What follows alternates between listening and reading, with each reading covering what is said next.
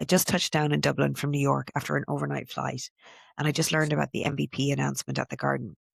So today, MVP announced MVPW, a dedicated women's boxing platform with a multi-year ESPN deal running through 2028.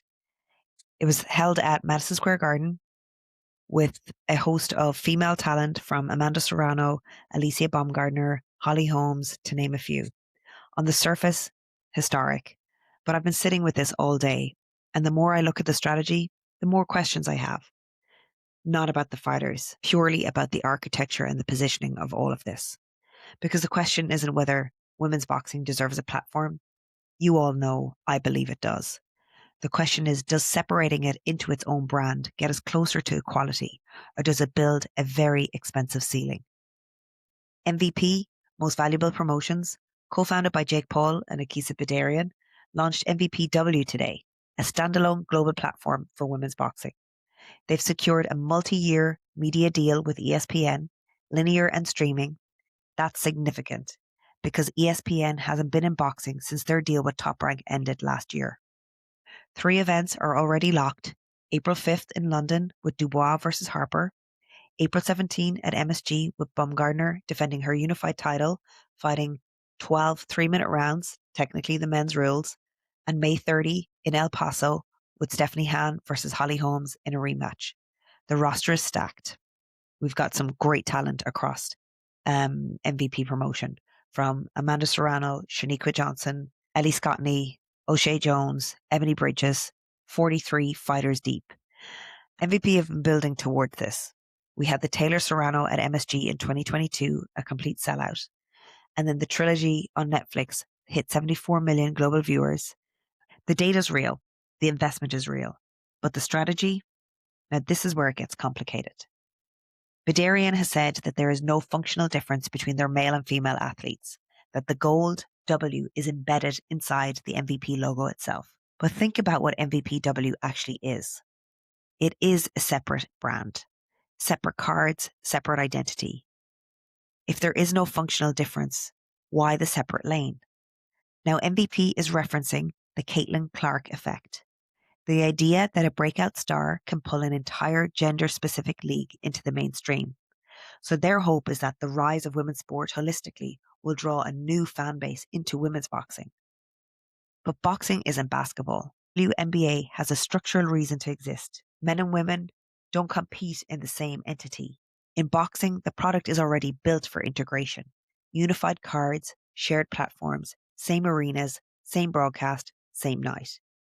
Taylor and Serrano, first fight, headlined MSG, not as a women's card, as a boxing card. And that's what made it historic. So I keep coming back to the same question. Is MVPW a launchpad or a silo? Now here's why the announcement matters beyond MVP. Look at the 2 most powerful forces in boxing right now. We've got Turki Al-Sheikh and Riyadh Season, the biggest checkbook in the sport.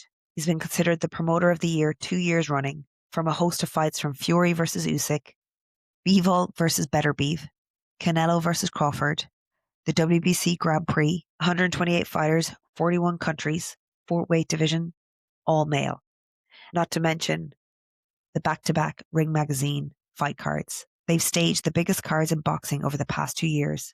And how many women have headlined? We had Sky Nicholson versus Raven Chapman in Saudi, which felt like this milestone, but it was just a moment, not a structure. And then there's Zuffa Boxing. Dana White, TKO, Saudi Capital. They've run 4 events since January, all male roster. And what he said women's fights will come, the will come isn't a strategy. It's just a placeholder. The UFC was literally built on women's MMA. Ronda Rousey didn't get her own league. She headlined the same card, same platform, same stakes. So when the 2 biggest entities in boxing are deprioritizing women, whether by design or by delay, that's not just a gap. And MVP, well, they're stepping in. And I want to be fair to what MVP is doing. The fighters they've signed are elite. The ESPN deal gives them legitimate distribution. The events are in real venues with real production value. And there's an argument that a dedicated platform gives women's boxing the spotlight it would never get sharing a card when it's the co-main event at best. But I've been in rooms where this strategy plays out. In advertising, in media, we're given our own lane which can look like empowerment. And sure, sometimes it is, but sometimes it's just a way to keep the main stage exactly the same. And so the question I'm asking, can MVPW consistently sell arenas without the built-in audience of a unified card? MSG is one thing, but what about Event 11, even Event 20? Is this bringing us new fans or asking existing boxing fans to choose between two viewing schedules? And the biggest question, is this a bridge to integration or is the plan to keep the W separate forever? Because a bridge has an end date. And if MVPW is permanent, then we've just accepted that women's boxing is a different product. And I certainly don't think it is. I'm not here to tear down what MVP announced today. They're doing more for women's boxing than almost anybody in the sport right now. And that's absolute fact. And I've got nothing but respect for them. But I want more than a dedicated platform. I want true integration that doesn't need a qualifier. I want Riyadh Season cards with men and women side by side because the work is the same. I want Zuffa boxing to stop. I want Zuffa to stop saying women will come and start putting them on cards. I want the WBC Grand Prix to have women's division. Not next time, now. MVPW is betting its house that the W is its own economy. And maybe it is. But the real win isn't a separate economy. The real win is when the W disappears because it was never needed in the first place. This is Between the Rounds. Thank you for joining.